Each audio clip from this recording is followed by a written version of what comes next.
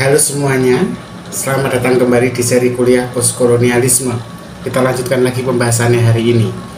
Nah, kemarin kita sudah membahas tentang Gayatri Spivak ya. Kali ini kita akan membahas konsep kunci dalam teori postkolonial yang lain dari seorang pemikir bernama Homi Bhabha. Dua konsep itu apa? Pertama, mimikri.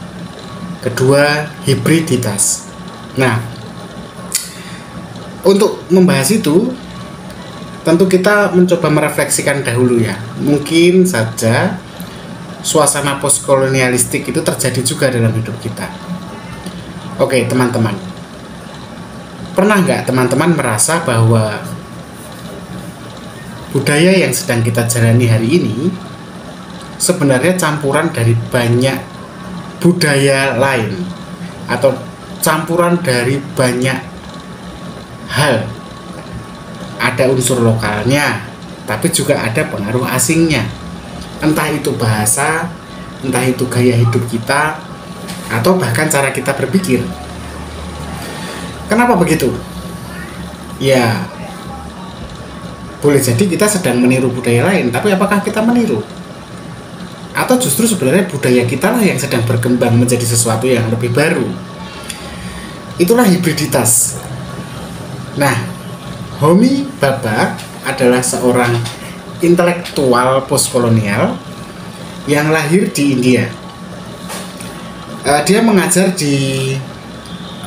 tidak di India saja, tapi juga di negara-negara barat. Dan Homi Bhabha ini terkenal dengan pemikiran dia tentang bagaimana kolonialisme bukan hanya tentang dominasi satu kelompok atas kelompok lain, tetapi juga tentang hibriditas. Hibriditas itu apa? Ya, pencampuran budaya yang memang kompleks.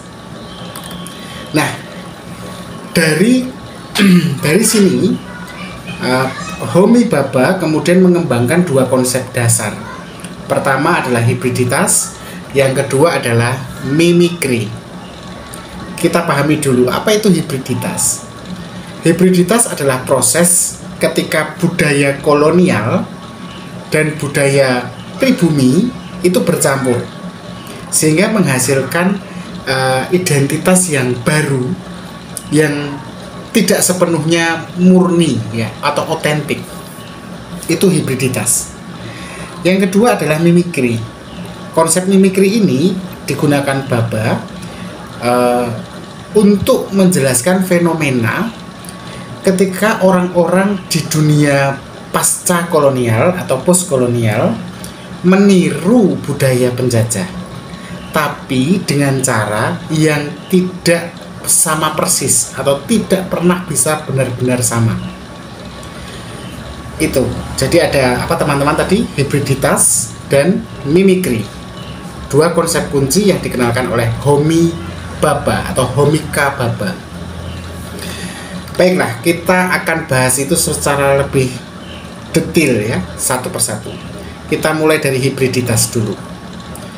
Hibriditas seperti yang sudah saya katakan tadi adalah pencampuran budaya, dan itu tidak bisa dihindari dalam dunia pasca kolonial atau post kolonial. Dulu budaya pribumi dan pada awalnya ya, budaya pribumi dan budaya penjajah ini dua hal yang saling terpisah. Awalnya ada yang disebut asli, murni, dan ada yang disebut asing. Oke, pahami dulu. Jadi awalnya ada yang asli, ada yang asing. Tapi kenyataannya dalam perkembangan kolonialisme keduanya itu bercampur. Kedua budaya itu bercampur sehingga menghasilkan sesuatu atau menghasilkan identitas yang benar-benar baru. Contoh hibriditas yang paling jelas bisa kita lihat dalam beberapa aspek. Misalnya bahasa. Kalau kita refleksikan, coba lihat bahasa Indonesia kan banyak menyerap kata dari aspek-aspek asing. Contohnya, bahasa Indonesia kita mengenal serapan-serapan bahasa Belanda, bahasa Arab, bahasa Inggris. dan bahasa Sanskerta, yang mana Sanskerta sendiri ini bukan berasal dari Nusantara atau Indonesia. Itu contoh hibriditas di bidang bahasa. Di bidang fashion, batik yang teman-teman kenal hari ini itu kan awalnya dari jarik, ya, yang biasanya untuk bawah, semacam kain penutup bawah, tapi kemudian menjadi pakaian atas, hem, pakaian yang jelas tidak ada dalam tradisi kita tapi dalam tradisi barat, dan digunakan dalam acara-acara formal, yang dimana acara-acara formal ini sebenarnya acara-acara yang sifatnya modern, ya, dimana lekat dengan dunia kolonial sebenarnya. Itu dalam bidang fashion contohnya. Jadi hibrid, ya, menjadi hibrid. Yang kedua dalam bidang musik dan film. Kalau musik saja dulu, ya, contohnya dangdut. Dangdut ini kan pencampuran antara beberapa kebudayaan sebenarnya, budaya Melayu, budaya India, dan budaya Arab. Jadi kemudian tidak ada kan yang benar-benar asli atau murni, karena setiap budaya sebenarnya adalah hasil dari pencampuran. Nah, makanya itu pertanyaannya, pernah nggak teman-teman merasa bingung dengan identitas budaya teman-teman sendiri atau dengan identitas budaya kita? Apakah ini asing, apakah ini asli? Karena keduanya bercampur dan kita bahkan nggak tahu apakah memang ada yang benar-benar asli. Itu hibriditas. Kita sekarang masuk ke konsep kedua, mimikri. Mimikri dalam arti tertentu artinya kan berarti meniru. Tetapi menariknya dalam pemikiran Homi Kababa, mimikri di sini itu kita meniru tapi tidak pernah sama. Jadi kalau dalam konsep atau konteks postkolonial, mimikri berarti orang-orang di negara bekas jajahan yang seringkali meniru budaya barat, tetapi hasilnya tidak pernah benar-benar sama dengan yang aslinya. Kenapa? Karena ketika kita meniru sesuatu, kita tidak pernah bisa menjadi versi asli dari hal yang kita tiru. Selalu saja ada unsur-unsur yang menyimpang sebagai pencampuran tadi, ya, antara budaya kita dan budaya yang asing. Selalu ada unsur juga perubahan di situ. Homi Bhabha menjelaskan bahwa kolonialis sebenarnya itu ingin orang-orang yang dia jajah itu memang menirukan mereka, tapi mereka juga nggak ingin kalau sampai orang-orang yang mereka jajah itu jadi sama, selevel dengan mereka. Mungkin itu alasannya menurut Homi Bhabha. Orang pribumi misalnya dididik dalam sistem pendidikan kolonial. Kita lihat ya dalam catatan sejarah, mulai dari Soekarno, Tan Malaka dan sebagainya itu. Tapi mereka tidak pernah diperlakukan sama kan seperti orang-orang Eropa atau orang-orang Belanda yang menjajah. Contoh lainnya, orang-orang pribumi diajarkan bahasa penjajah, tapi tetap saja dianggap aksen mereka tidak sama atau dianggap tidak fasih.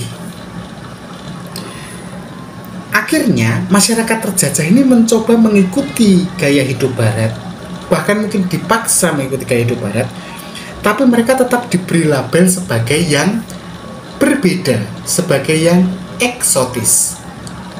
Itulah mimikri.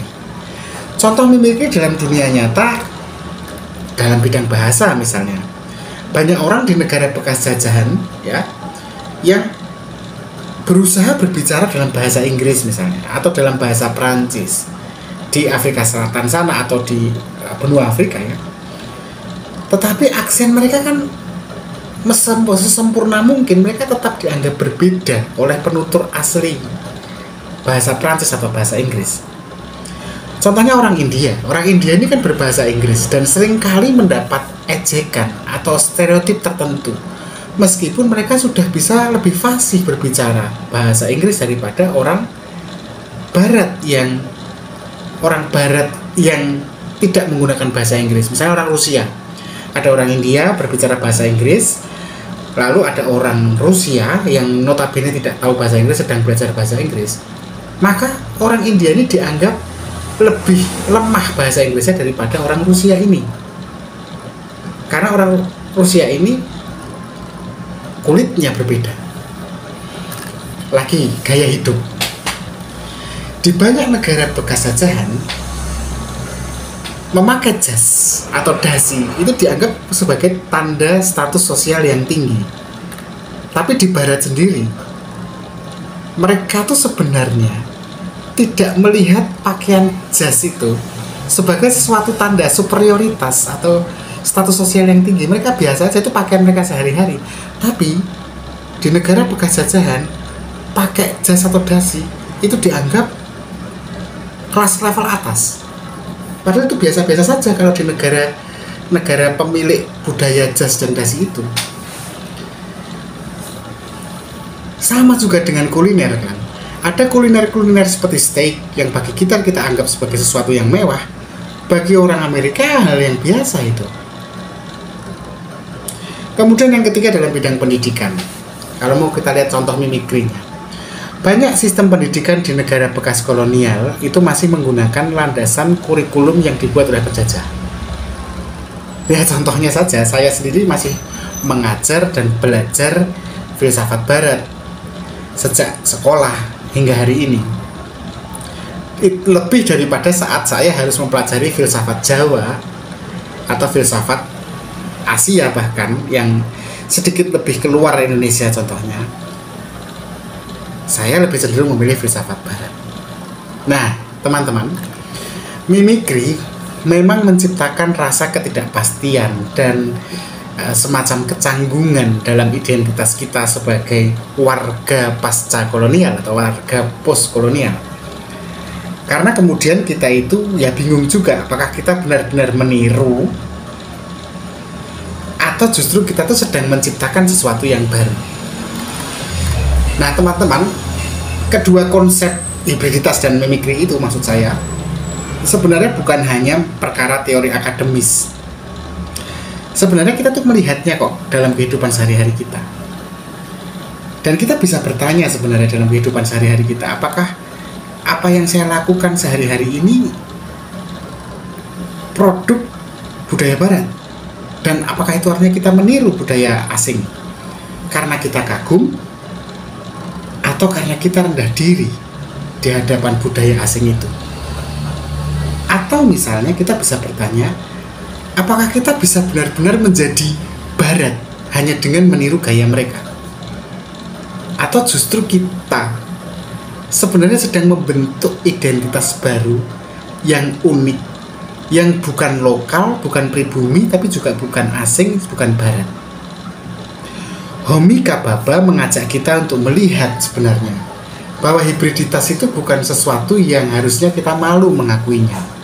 Hibriditas bukan sesuatu yang merupakan aib atau kelemahan, tapi hibriditas itu kekuatan kita mencampurkan, mengadaptasikan kebudayaan kita.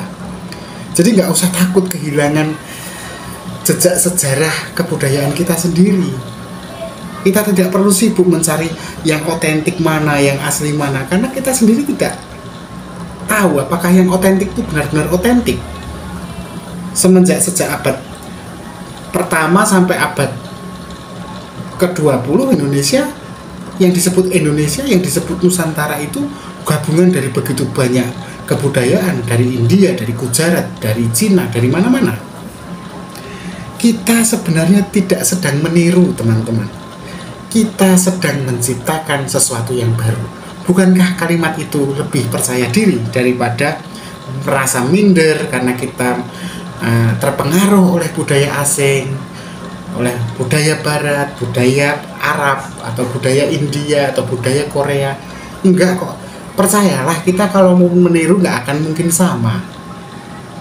Kita justru sedang menciptakan sesuatu yang baru. Kita sedang menciptakan spaghetti dengan rasa pedas khas Indonesia. Kita sedang makan corn dog yang rasanya jauh beda dengan corn dog Korea. Kita sedang menciptakan yang baru. Nah, itu saja teman-teman yang kita pelajari hari ini, bahwa tidak ada budaya yang sepenuhnya asli, otentik, murni dalam dunia pasca kolonial. Semua budaya kita adalah pencampuran dan transformasi akibat dua hal tadi, hibriditas dan mimikri. Hibriditas terjadi ketika budaya-budaya bercampur dan menciptakan sesuatu yang baru.